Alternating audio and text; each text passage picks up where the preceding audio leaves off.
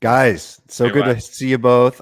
Just like a really quick intro, I think most people that are watching and are tuning in probably know both of these two gentlemen. If you don't, Phil Dussault, you can find him on Twitter at Phil, and his last name is Dussault 27.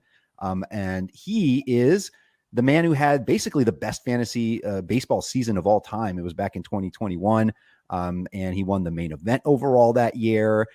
You came in second or third with your other team. I was third. Okay, Yeah, yeah, third. Yeah. that'll work. That'll work. He won the auction championship overall that year, and last year he won the platinum, which is the highest level of games, and then of course the diamond in 2022. So just crushing in every high stakes format possible. And then Mike Mager, he recently joined the FTN team and instantly became our best writer, better than me at least. He is 23rd on the all-time NFBC money career earnings. He's had 10 top 10 finishes in between the main event, draft champions, auction championship, and he's come close to the main event overall, second and third in different years. So might this be the year, Mike? Always hoping. Phil, how are you doing, man? How's your preseason draft process going? I'm good. I started. I have a one DC and I did an OC a few nights ago, so I'm starting to get to know the player pool. I've run my numbers. The robot system is ready to go, so I'm in drafting mode now. Mike, and I've seen you everywhere. We've been trying not to, I've been trying not to, when I see your name in a league, I'm like, oh no, I do not want to be in your league because we'd be sniping from each other. But yeah, you've been writing, you've been doing the whole thing and drafting. How does it feel to be on the content side of things? It's actually been a lot of fun. I'm thoroughly enjoying it, and I think it's going to help me. I love digging into certain topics, and it's definitely educating myself and hopefully others. Fantastic. So we are going to run through a few topics, but the overarching theme today is advanced theories and draft strategies. So lots to cover here. We'll touch a little bit on the ADP and the player pool and just some different things, viewpoints from which we look at things. But the first thing I wanted to talk about was just sort of like the basics of roster construction and just the importance of balance, I guess, right? And especially for competitions that have an overall component, that have a national component, where you're not only competing within your league, but in a larger overall prize pool for a lot of money, where punting is very hard to do. And then I would also say that, at least from my experiences of other really good players, punting within even satellite leagues, standalone leagues, no matter where you play, even that's difficult because so much has to go right. Phil, how do you feel about that and just about balance drafting in general? As far as balance, I mean, what I'm used to playing is the main event, so it's always 15 team overall. If I'm switching to different format, even when I did the OC a few nights ago, I needed notes, but beside my draft sheet, where I just write, okay, this is a 12 team. I want to get my closes early. You can take more risk late. I had risk highlighted, knowing I can take risk late. So that's just the first thing that you have. It depends on the format. When we're talking about 15 team main event type with an overall component, obviously everyone knows you have to be as balanced as possible. The one thing you should know going into your draft is what is the thing that's easiest to find in Fab. So if things go the wrong way, what am I willing to give up on? Am I willing to give up on steals, on saves, it depends on each player's skills. In my case, it's probably stolen bases, especially with the newer environment. Just write that beside your draft sheet. Have it as a note that you can always look at when you're drafting, just to keep in the back of your mind that if things don't go the way you plan them to, that's your pivot. As far as punting, I think one thing that people are scared of is if it's the month of June and the team isn't going as well as you want it to, there's a point in the year where you can say, I'm not going to win the overall. And obviously that comes from experience. There's a point where you can say, I'm not winning the overall. How can I win this league? What's my best path to either winning or cashing? So last year, one of my mains, I moved on from saves mid-June, late June. My only closer was Helsley. He got hurt, didn't have a good start. I took a few shots, didn't work.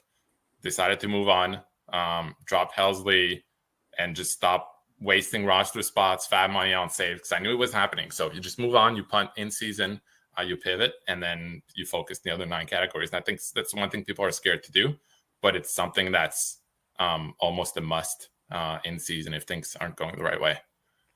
Mike, I'll ask you the same thing, just your thoughts about balanced drafting, punting in general, like, in the draft, and then also throw in the element of how we assess for our own sort of deficiencies or biases, because I feel like, we it's an important thing to dive into what type of a drafter we are. And is there a trend as far as, categories that we typically feel short on coming out of the draft? For some people, it's stolen bases. I feel like power is one of those things that, I think we had that issue a couple years ago in 2022, but for the most part, people always kind of, really focus on power, even to the detriment of batting average.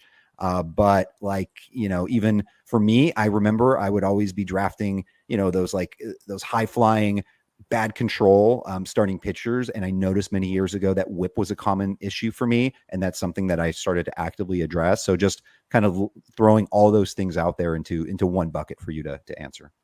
Sure. My thoughts are somewhat similar to Phil's.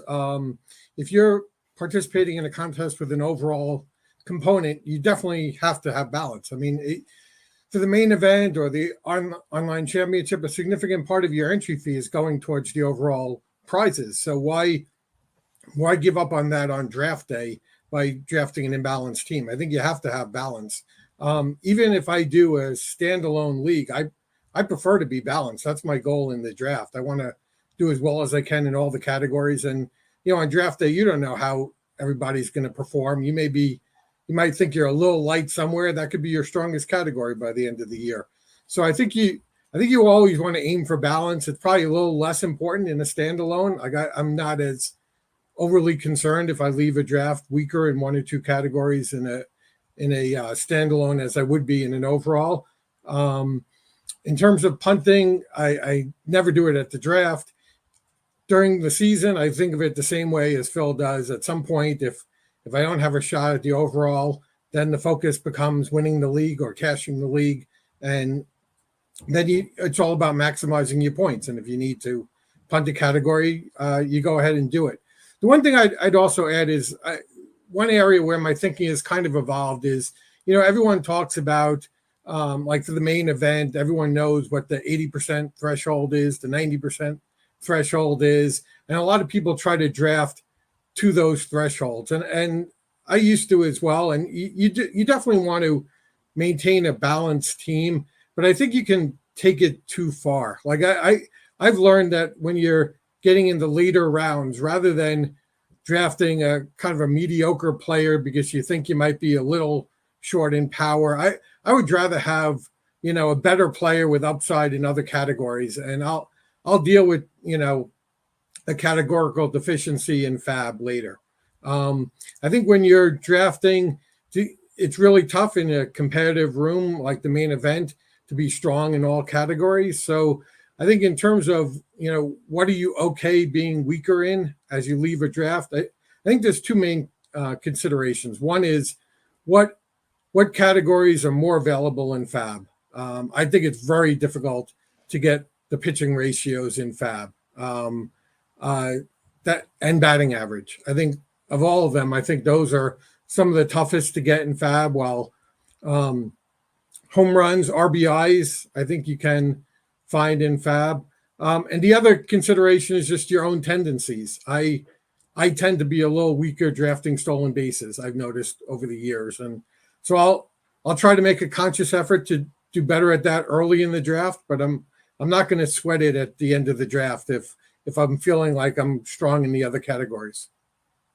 I'll just piggyback on what Mike said. I wrote in the process, there's a chart in there based on last year's main event where the percentage chance of that a player is going to be on your team the whole season based on the round you drafted him. So last year was something like in round 20, there's less than a 50% chance that a hitter is going to be on your team at the end of the season. And even in July, it's about 60%.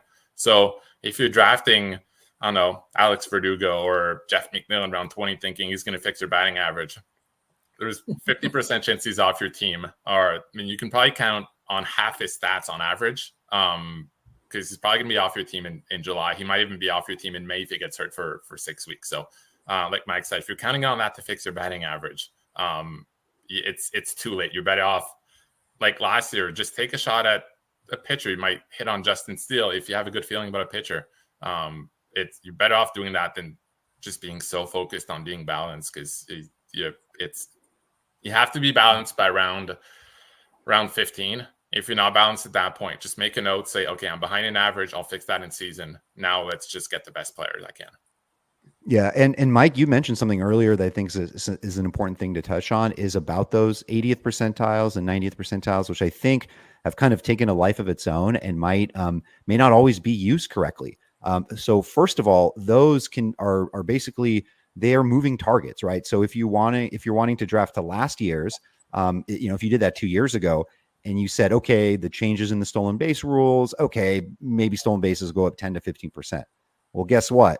All the projection systems, mine included, we were all short 25 to 35%. So, everybody was in the same boat, of course, but maybe a few people that were ahead of the curve were like, okay, they probably didn't have that deficiency in stolen bases. And these things change from year to year. And one of the things I like to look at is like overall, league numbers, like how does the league sort of pivot, move from year to year? Because, we had that major power deficiency year a couple of years ago. In 2019, we had the happy fun ball. And of course, these are elements out of our control. A lot of things we aren't even privy to, but it's just something to keep in mind. And the other thing about the percentile targets is I think it should be used more for like within your draft. And sometimes we can eyeball these things, right? If you know all these stats, you kind of have a good feel of like, you pretty much know you're through the 10th round and you don't have any closers, you're short in saves at that point, and you kind of know the direction to go. But if you are, you may not see off the bat unless you're looking at the numbers that, oh wait, I'm way down in batting average, or like, those type of things. So it's something to be mindful of, like when we're drafting.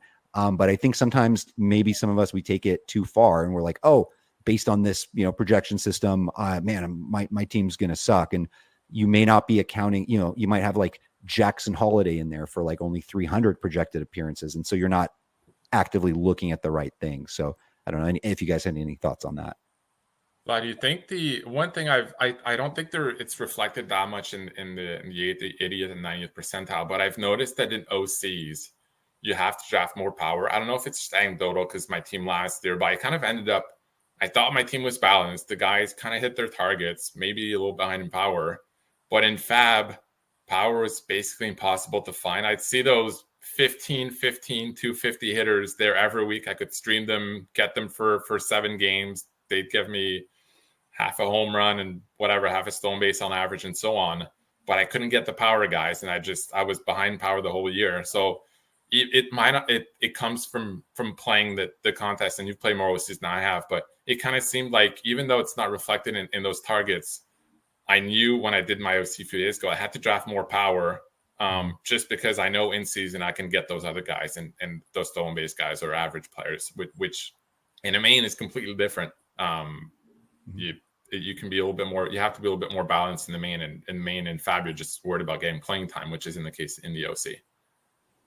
Yeah, totally agree. And I think what you said, Phil, is kind of how I'm trying to think about it more and more, is trying to maintain general balance through 15, 16 rounds, and then realizing the second half of the draft, a lot of your picks are going to be disposable, and you're better off going for more upside within reason than trying to draft two specific categorical targets. Yeah. And then just specifically in terms of ratios, I think there's been a lot of coverage, a lot of really good content out there about it. I think, hopefully if you haven't read Steve Weimer's piece, Steve is somebody that we also fear playing against. I think even Phil, even though I know you guys are friends, you probably don't love being in a league with Steve Weimer because he's always near the top. He's just so consistent and so good. And he's very good on the math and the analytics side of things. And for the FTN draft guide, he had wrote, honestly, I think it's like just the best piece I've read in 2 years. And it was specifically about, the the scarcity of these ratio categories and how still we're just we're just not on it. Like it needs to be shown to us, quantified, like how few guys really hit over 290, right? How many starting pitchers with over 120 innings are really giving you a whip under 110 or whatever. Like those elite numbers are so key to our staff, like to like really anchor, really solid ratios, but they're so hard to find. And of course, as we know, with starting pitching, and especially in 15 teamers, if you don't have a solid base of starting pitching, or you get a couple of guys hurt early, if you start that whole screening process, you're going after, it's Graham Ashcraft, he's got 2 games, but they're not at Cincy. Oh, this looks good. And then bam, disaster start, 12 earned runs in 2 starts, and you're just hurting. And you want to kind of keep yourself from going there too early in the season. So these ratios are just so valuable. Is there anything that you guys are doing to kind of account for those even more so this year, or is it something you've always been doing? I'll start. I've always kind of focused on the ratios among the pitching categories and strikeouts. But I'm focusing more on the ratios. But lately, what I've been trying to do is really focus on hoarding as much starting pitching as I can. I mean, I'm drafting my 9 starting pitchers earlier than ever in like the main event and the higher stakes leagues. And really, if I have to drop a starting pitcher, I really only want to do it to pick up another starting pitcher. Like I really don't want to be dropping starting pitchers for other players and then just slowly see my starting pitching decline. The other thing is I've always tried to draft for average, but I'm trying to be even more focused on getting my average anchors. I think sometimes when you eyeball a player or you look at their stats, you sometimes, the home runs will stand out, the stolen bases will stand out, but maybe a 280 average won't stand out. But there were, I think, under 25 qualified hitters last year who hit 280. And if you think about it, I think that the 80% target for the main event was about 260 an average. And it's really tough to have a 260 average with a 14-man hitting squad, including two catchers, if you don't have guys hitting over 280 to balance out your lower average hitters. And so I just think it's critical to get, at least several batting average anchors that hopefully do other things, of course. But I really try to avoid passing on batting average if I can help it. I've been known about as the starting pitcher guy for a long time in NFBC main events. Even going back to the 2020 season, the short season, I'd have 6-7 starting pitchers by round 10. People looking like Draborn, like, what's this guy doing? He's crazy. I'd have like 4 or 5 starting pitchers, 2 or 3 closers. It's like, what's this guy doing? It's just always been my thing, just making sure I have good starting pitchers and I can focus on the ratios and I can find hitting in fab or later in the draft and hopefully hit like on the Lane Thomas like last year. But even in my case, last year I had some teams where I've got 5 or 6 good starting pitchers and I look at my ratios. Why am I middle of the pack? Like this doesn't seem right. Now I look at the team stats and I see my bottom guys got 50 innings of 50 earned runs. I'm like, hey, these guys are killing me. How do I avoid the blow-ups? How do I? It's just get Steven Matz. Starts. Yeah, having Steven Matz on pretty much all my teams certainly didn't help. Same. But sometimes it was even more than that. Just say Speckle gives up 5 earned runs in 2 innings, just kills you. And of course, as the season goes on, those things kind of normalize. You can kind of catch up if you have good pitchers. But early in the season, they can kill you, and it's frustrating. So these pitchers are good, but why am I middle of the pack? Just got to avoid those blowups, and it's so hard. It's so tempting. You see that guy in Fab who's got 2 great starts, but it just blows up and it kills you. Like making up 9 earned runs in 9 innings, it takes a lot of scoreless innings to get that. It can take a couple of weeks to get back from that. So, as in Steve's piece, most people have played the main event for a while know you can't find starting pitchers in Fab. So I've always been that way. Just focus on ratios, push up starting pitching. And I don't think that necessarily means take the safe old guys. You can go after high strikeout, risky pitchers like a Dylan Cease or whatever. You just have to take your shots and balance them because some of them can have good seasons. So it's just a balancing game of getting pitchers early, getting pitchers late, getting lots of pitchers, and that's how I do things. Yeah, 2019. I remember it was Lucas Giolito's year. That was the year where he was pretty much scooped up in Fab. I think a lot of people were slow to it. I remember late April there were still Giolito shares available. People just weren't buying it. There was just the stigma about him being a bust, as a prospect. So, and then specifically, I wanted to talk about the whip category and just control in general and it might seem obvious, but just how important control is for pitchers, and especially in your fantasy analysis. I remember thinking, or it was like last August, and I was digging into the top valued players, like who were earning the most dollars among the starting pitchers at that point in the season. And I went and I looked something, it was like the top 15 valued guys were all 14 of them were among the leaders in walk rate. They all had the lowest walk rates. And there really is something to that. I know it sounds kind of, obvious, Captain Obvious, whatnot, but like at George Kirby last year, most likely isn't going to repeat a 2.5, walk rate. I mean, it's insanely low, but nevertheless, that he's going to be up there. And we just have to kind of, that maybe Kirby isn't going to be like the big 230 plus strikeout, total guy, but there's a lot of value in a player like that who you just know is most likely going to provide you with very stellar ratios. And then just looking at last year, the guys that had walk rates under 6%, it was Kirby, it was Zach Eflin, he was at 3.5.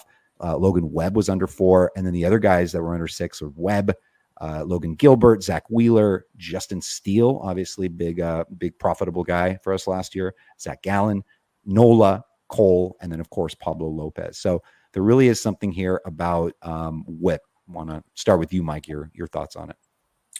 No, definitely. I mean, and also one thing that's just utterly painful is watching one of your starting pitchers just put guys on base. It's just frustrating as heck.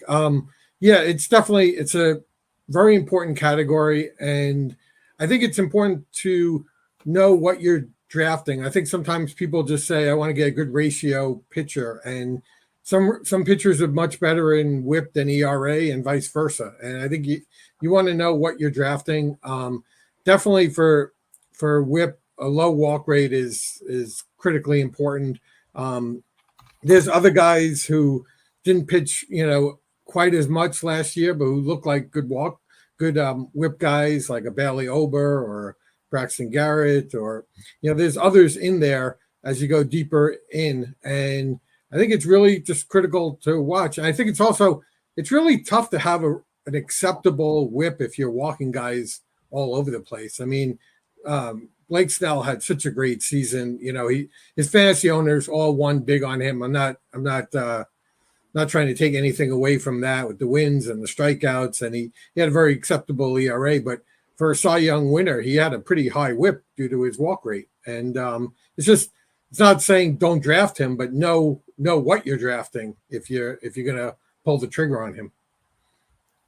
I'm curious if Snell is gonna change the type of pitchers that I guess the way pitchers see the game, because for a while it was the Justin Verlander mold who'd say, I'm not walking anyone. If I give up a home run, it's a solo home run. And he built his career, or at least the second half of his career, based on that.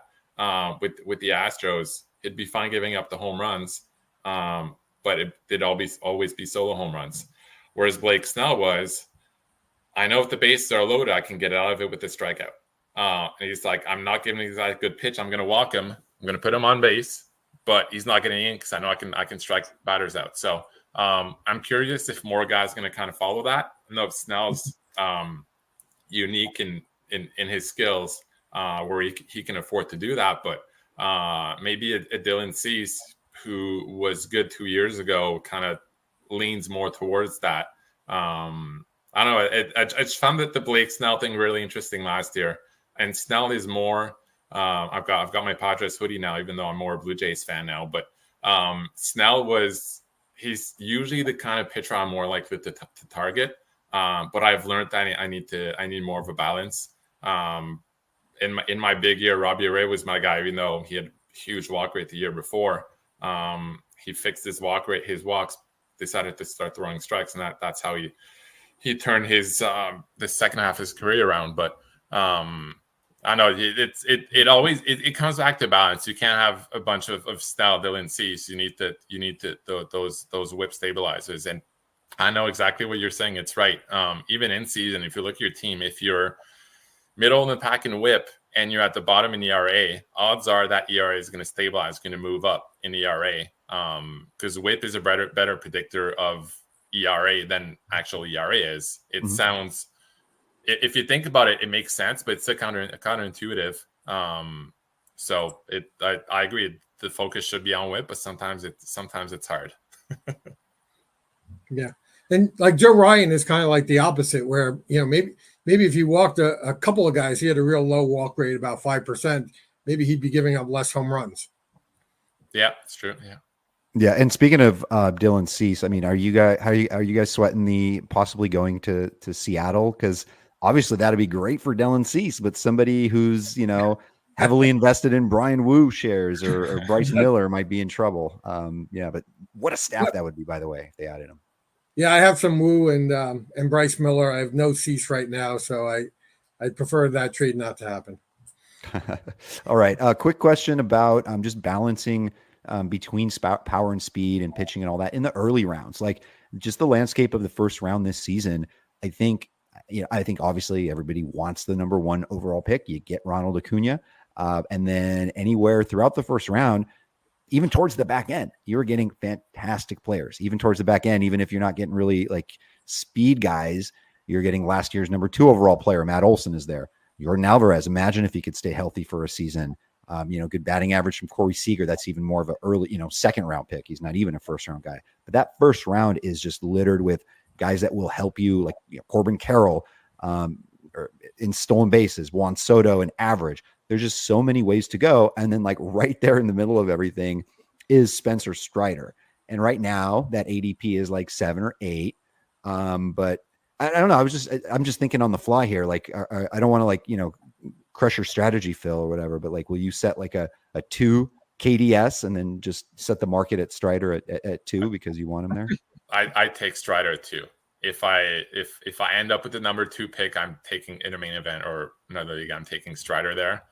Obviously, if I see he hasn't gone above 5 or 6 in the main, or I'll set my key as 5 or 6. If he goes at 4, then I'll pivot and get someone else. But I think Strider is the Acuna of pitchers. Everyone agrees that Acuna should be number 1 pick, but I think the gap between Strider and Cole and Wheeler and whoever else in the second round is as big, if not bigger, than between Acuna and Witt and Carroll and J-Rod. And I think ADP is going to move that way as we move towards March. But right now you can get Strider, as you said, at 7, but that's going to change. Yeah, I expect all pitching to move up in March, like it does. I mean, Strider will be a top 5 pick for sure. But then it won't be him in isolation, though. You'll see Cole gravitate towards the middle of the first probably. And then the teams on the back right now who are taking, J-Ram and Alvarez or Olson or Riley or Harper, when it comes to a main event, they're not going to want to go hitter and leave it to whatever pitcher is left in the back end of the round 3, or at least a good many of them won't. And so I think you'll see guys like Wheeler and Castillo move up to, the early second round. I could see some of them even going in the late first come March. And when you draft, like I do a lot of draft champions leagues, and when you do that from October to January, February, you can't even envision this march up the board of the pitching, but it happens year after year. So I expect it'll happen again. Yeah. I mean, I was just thinking back to last year live, Vegas, where I think Soto was dinged up, right? And he was going, I saw like in the mid 20s. So like, towards the end of the second round in some drafts, I remember I had a decision at like pick 23, and I it's just something that you couldn't even fathom. It was Yordan Alvarez or Austin Riley. Like I just didn't know what to do. I was just kind of like stuck. And that's what always happens in these type of situations. And you guys are absolutely right. Like all these starting pitchers, these guys that are going in the back end, the Wheeler, even Kirby, Pablo Lopez, these guys are going to be pushed up. And all these great guys like a Matt Olson, like again, and you remember his numbers last year. I mean, even if you don't think he repeats 130 runs, 54 home runs, even if you reduce that by 15, 20%, he's still going to essentially earn first round value. But there's a difference between looking at just straight what the output is at the end of the season. It has to be relative to whatever contest you're playing, right? And so what we're doing this in main events, we just know we don't want to play that game of chasing starting pitchers all season. And so we're all willing to kind of push it up a little bit. Yeah, and I actually expect it to be worse this year. It's my first DC, so maybe Mike has a better idea, but I like right now there seems to be a gap. It's later, but around the 160 to 230 range, there aren't a ton of starting pitchers. You kind of have that gap but it means there's like a specific number of pitchers that now are going by, say, pick 160. I think Brown and Pivetta are going slightly after that, but I've already seen them start to move up. I don't know how many there are, but say there's 50. 5 of them are going to get hurt or be dinged up by spring training, around spring training. So now you're down to 45. So they're just gradually move up because everyone's going to say, well, I like Hunter Brown, but I don't want him to be my SP4 or sorry, my SP3. I want him my SP4. So just pitchers move up gradually.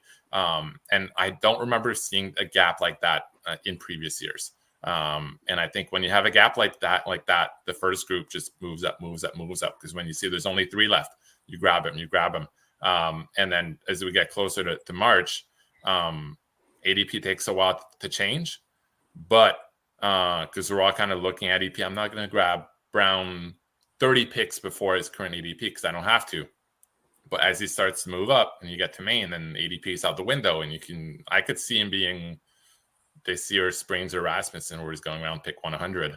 And I expect it to be worse than it was last year. The starting pitching moving up.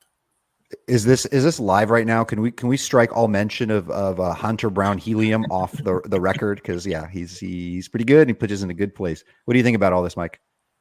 I agree with everything Phil said. I mean, it always gets pushed up, but when spring training starts and you start seeing injuries, the inventory goes down. It gets pushed up even more. And actually, even though it's only Phil's first DC, I think he's already got a great handle on the pitching inventory. I find that I'm usually getting like 5 pitchers in the first 10 rounds, and I'm not quite as extreme as Phil, but yeah, after round 11 or 12, that's usually when I start taking a whole bunch of hitters in a row because there's very few pitchers in that range that really excite me.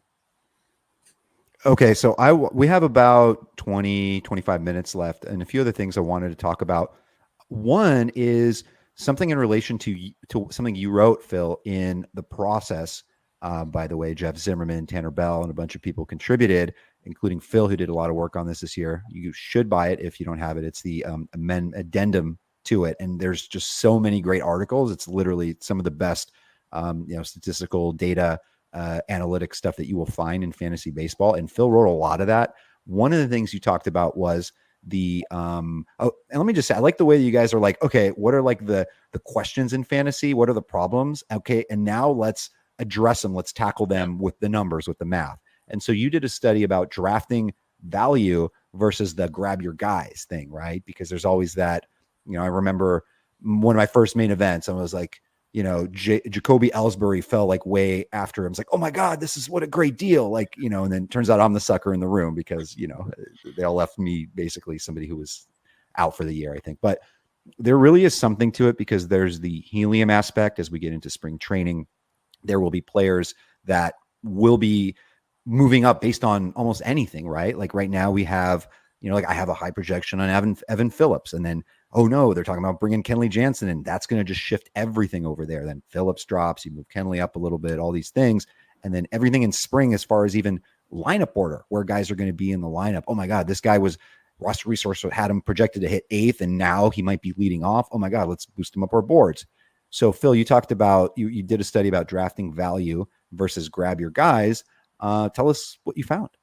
So I kind of got this idea because I was annoyed by all the Twitter noise about the suckers are the ones who follow ADP. You have to get your guys, reach, make sure you get your guys. So I forgot to look at that. So basically, I looked at all main event teams last year, and I pulled up main event ADP, and I assigned each player a dollar value. It's a form that Jeff has, so I used that formula. Basically, if Acuna was the first overall, he gets a $48 value.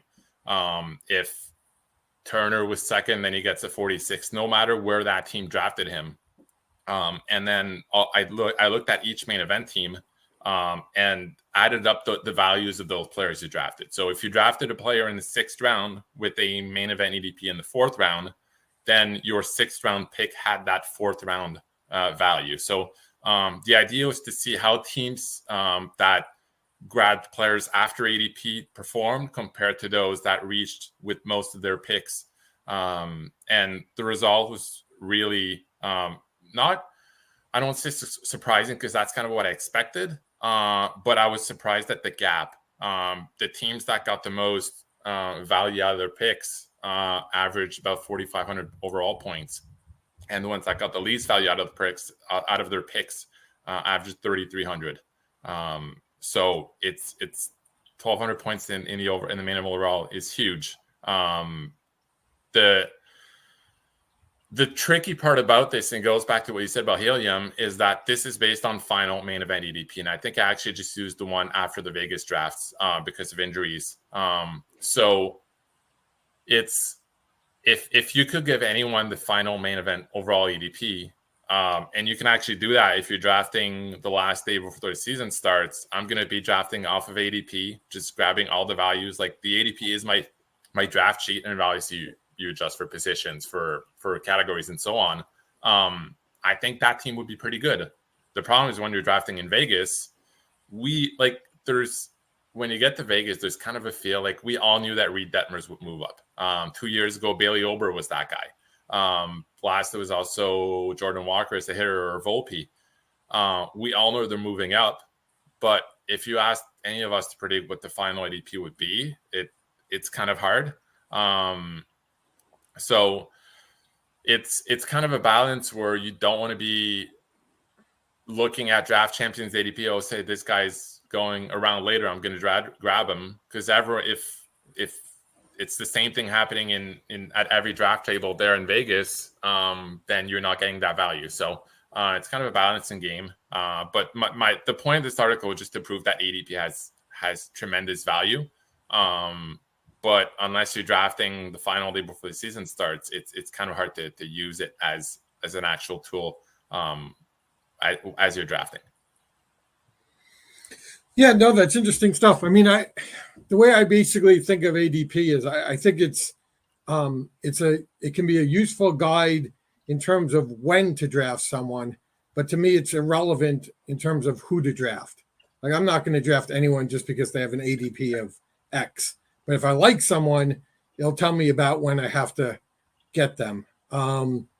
Just a quick aside, I'm good friends with Dan Kenyon, a very experienced NFBC vet. And a long time ago, we were talking or chatting, and he remarked that in like a 15-team league, 14 out of every 15 picks that comprised the ADP was by someone who lost their league.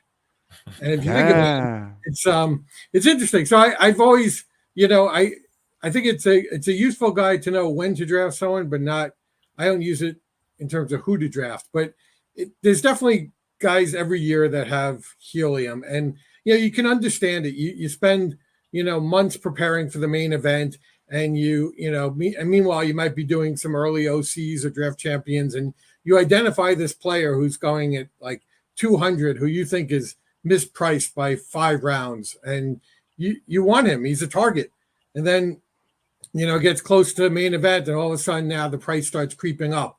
And then, and there's no sleepers. Everyone, a lot of people know who these guys are. And so then you start adjusting when you want to aim for them. And then the price keeps going up again and again and again. And at some point, I mean, I think you really have to try to separate, this fear of missing out, this FOMO. You really want this guy. And you really have to take a look at, well, what's his price now? And is he worth it? It doesn't matter that you were getting, shares by the bucketful, 5 to 10 rounds later. And you can't imagine having all these shares of him in these $150 leagues, but then you get to the high stakes and you got no shares of this guy. But if the price moves beyond where he should be, you really have to lay off. But yeah, no, it's crazy. I took a quick look at, the draft champions ADPs and the main event ADPs, and there were some wild helium guys. And sometimes when you take a step back, you're like, why did this guy go up so much? So here's a couple I found. Jared Schuster, remember him? Potentially in the Braves rotation. He moved up from 542 in the DC to 278. Clark Schmidt. Sorry, I just want to say something about Schuster. Do you know what his AAA ERA was in 2022? I do not. It 7? was no, it was not. It was 4.25 and 4.7 xFIP. But if you're a 4.7 xFIP pitcher in AAA, what are the odds? It doesn't matter that you're on the Braves, but what are the odds the following year you're going to be at pick? You said pick 230 or so. You got to be like a 4 ERA kind of guy. So to do better than you did the AAA the year before, you get punished by getting traded to the White Sox. Yeah. I mean, Clark Schmidt was another guy. He went up from like 366 to 205 from DCs to main events. Detmers went from 197 to 134. Jordan Walker 206 to 130, 206 to 120. And so, you could say at 206 he's a smash pick, he's a bargain, but you really got, when the price gets, higher and higher, you really have to take a step back and figure out, is he worth the new price? I call this FOMO. I call it now the Clark Schmidt conundrum. That's what it is to me, because I noticed myself purposely not rooting against the guy, and not just because I wasn't getting shares, but because it didn't make any like rational sense. Like, just because this guy's going to be on the Yankees rotation, or at least to start, why is he getting pushed up now? Oh my God, he's going in the early 200s. No, I don't like this. I want no part of it. I am rooting actively against them. And so it's just like that helium sometimes. Like, I don't have a FOMO for everyone. I'm like, if he hits, that's great. It's a good thing there are 30 rounds or 450 players, another 300 in the player pool for FAB. Like, I'm good. And then the opposite of all this are the guys that many of the best, the best players, the players that win most consistently, the type of guys that you guys draft, the type of guys that, Dave Potts and John Posma and all these, these legends in the industry draft is the boring old guys, right? It's or even like just the guys that aren't really flashing in any sort of thing, but they're always going to be undervalued by the market. I even think I saw exactly what I was thinking is what I saw Rob Silver tweet earlier. I think it was yesterday or today about Alex Bregman. What does this guy do to deserve? Why is he going around 100? I know he doesn't really hit over 25 homers, doesn't drive a bunch of runs in. The guy's a certified great baseball player. He's one of only 4 guys with, who walks as much as he strikes out every year. He's in the middle of a lineup with Altuve and Yordan Alvarez and Kyle Tucker. He, drives in scores 100 runs in his sleep. I think he's, doing some work, try to increase his power even a little bit. He did hit 40 home runs, even though it was a happy, fun ball year. And he's still earned 42nd, on the player rater. And then he's still going 100. And I understand roster construction is part of it. You need the right fit. You want to go after certain categories, but there are so many examples of these type of, Bregman guys that we're just sort of sleeping on collectively. Yeah. It's kind of hard with those guys because a lot of times those guys don't have speed. And part of the reason for them dropping, Nolan Arenado was that guy last year in main events. I think his ADP, I have it here. slipped something from like 35 to 45, 35 in DCs to 45 in main events. It's when we get to main events, we kind of all know that those guys are going to fall. So the ADP isn't. I've done it before where I've grabbed DC ADP, steamer projections, and I can predict main event ADP. It doesn't predict those helium guys who do on spring training, but someone like Arenado, it wasn't surprising to see him drop. So what I'll want is a bargain further than that, where Bregman is fine, but the landscape has kind of changed now with speed. So I don't know if it still applies. Bregman might be a target, and he's going late enough. But in past, it was often those guys that we know they're going to fall because they don't have speed, and they're going the opposite way. They're boring. They're going to be stabilizers. But if you don't get that speed early, it was so tough to build around them. And a lot of times they kind of became the sucker picks in main events, and you kind of like, oh, DC ADP, those good. The new players are grabbing Arenado at pick 35. In main events, the guy who takes him at 45, because he's a bargain in quotation marks, is the sucker in the room. But sometimes those guys work out. I think this year now with the landscape changing with speed, it's easier to get speed later. So I think those guys get their value again. And I think a Bregman, for example, it used to be hard to draft a guy just getting you a handful of stolen base, even in the first 10 rounds. You kind of always want to chip away at speed, getting at least 5, 10, 15. But now there's so many guys available later that can get you 20 plus that you can afford taking it to take a guy like Bregman. When I looked at, I did the same thing Mike did, and the opposite. The two guys that kind of stood out to me were Justin Steele and CJ Abrams. I think Steele, compared to his DC ADP, slipped by about 30 picks. Same thing with Abrams. And they kind of stood out to me because they're younger players. But it's just, I think last year Steele, he was a little banged up in spring, or he had a bad spring training, and that's why he didn't move up like all the other starting pitchers. And Abrams, I don't even remember, but I'm not sure why he was going at about 225 in DCs and 250 in mains. Some of that is starting pitching helium.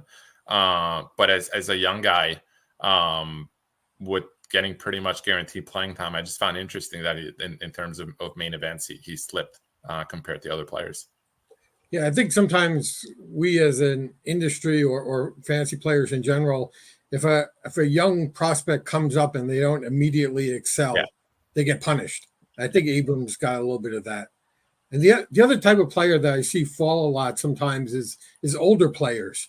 That everyone likes to say, I'd rather be out a year early than a year late. But they could be out a couple of years early. I mean, I look at what Justin Turner did last year, JD Martinez, even some guys who were like hurt coming back from injury, Jorge Soler. I mean, just a lot of guys who are not exciting. They're not the wow picks, but boy, you love having them on your team when they have a year like they did last year.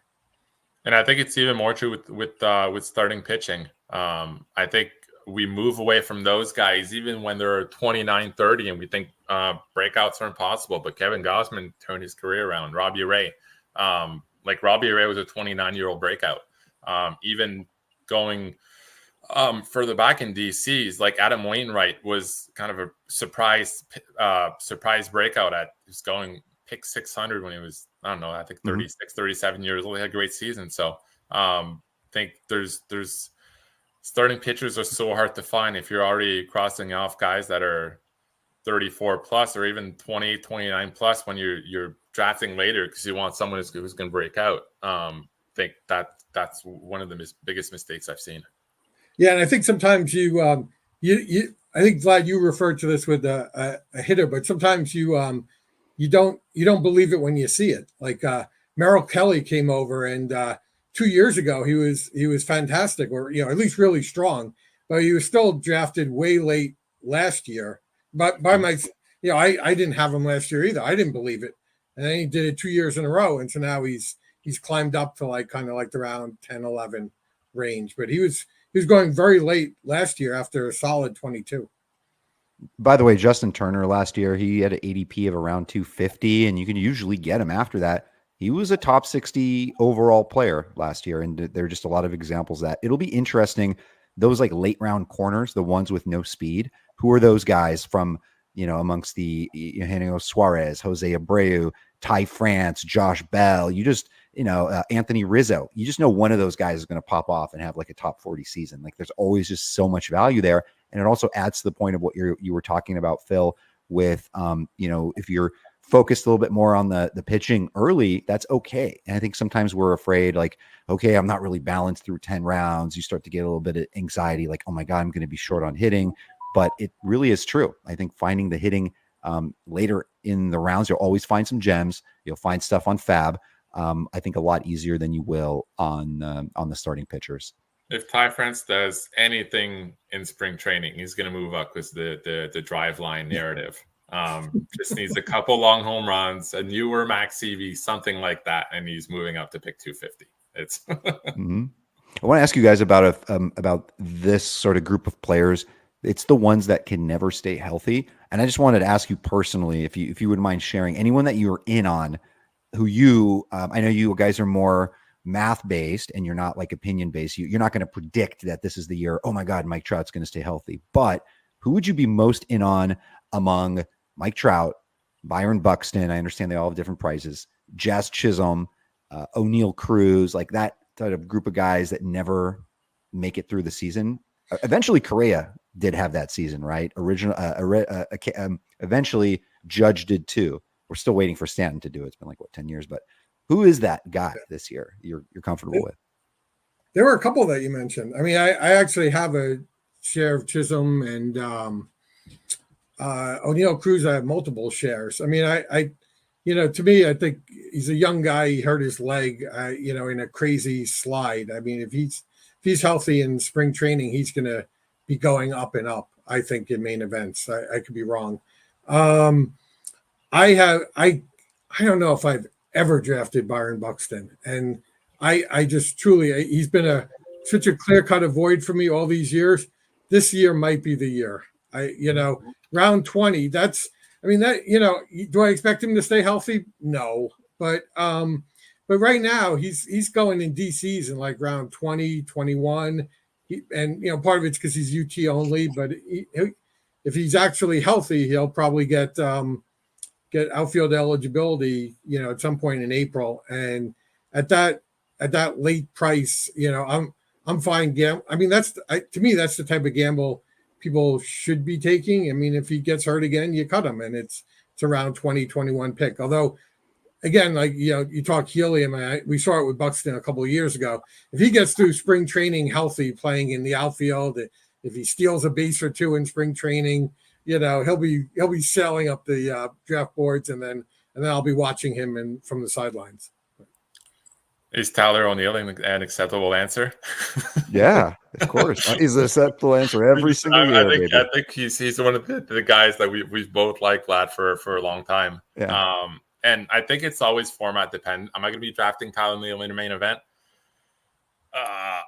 Maybe, but I'm not sure. In a DC, probably not. I drafted him in my first OC because I know in a 12-team league, replacement value is so high that once you get later in the draft, Tyler O'Neill, Byron Buxton, Stanton, give me all of those guys. Even if they're just healthy in April and May, you grab those stats and then you drop them and then you find someone else in Fab. In a main event, I'm getting to that point probably around 21, 22 is when I start taking those kinds of shots. In a DC, every roster spot is so important. All the other guys you named, just the Jazz, the O'Neal Cruz, they're going way too early for me to take that chance. I want guys I know I can count on. And I kind of believe in my skills to find hitters in later rounds that can outperform their numbers. So I don't think I need to take a chance on those guys. I'd rather gamble on my formulas being right and guys having breakout seasons than gambling on health.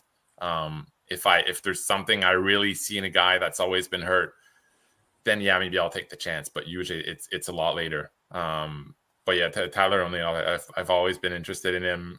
He's Canadian, so it helps. So I may not draft in a main, but if the price is right, I'll have to.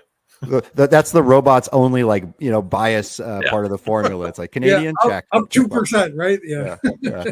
So we're about to finish things up. I just wanted to bring up one specific player because he's somebody that's really popping in. So the VDP projections, the FTN data driven model that we have that's up on the site that came up on Friday really loves Tristan Casas.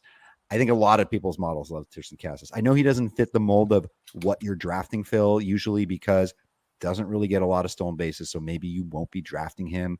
But can you share what the robot model has on Casas? Do you have a personal look at him too? Because man, he's really popping off as somebody I think is going to break out. I don't think you want to know where I have him ranked. I just pulled up my. Actually, I'll pull up my hitter rankings. Just give me 1 second here. I probably do need it so that we can. I have him as hitter 157 right now.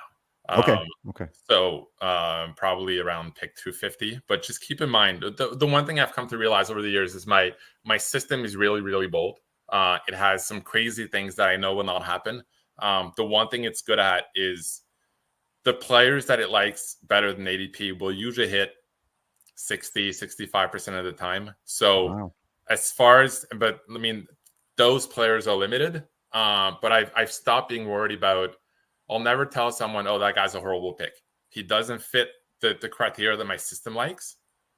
But I know there's going to be breakout players among players I don't like. So I've kind of stopped worrying about those guys. I'm not doing public projections, so I'm not going to have someone yelling, why do you have Casas so low? And come back at me 6 months later. Hey, you were wrong about that guy. I don't care. He's just part of the group that I probably won't draft. I'm focused on the players that my numbers like. And I know that those guys will do well. If there's a rookie that has helium, I won't have FOMO because I know there's other players I like. And if I miss out on those guys, it's a great thing. It's the greatest thing about fantasy baseball. You can miss out on the 10 biggest breakout and you can still win your league. Just because it's 23 players, it's 27 weeks. There's so many opportunities to make up ground. So is Casas going to be great? Maybe. I won't be drafting him though. Listen to Phil, everybody. If you happen to be drafting in my league, do not draft Tristan Casas.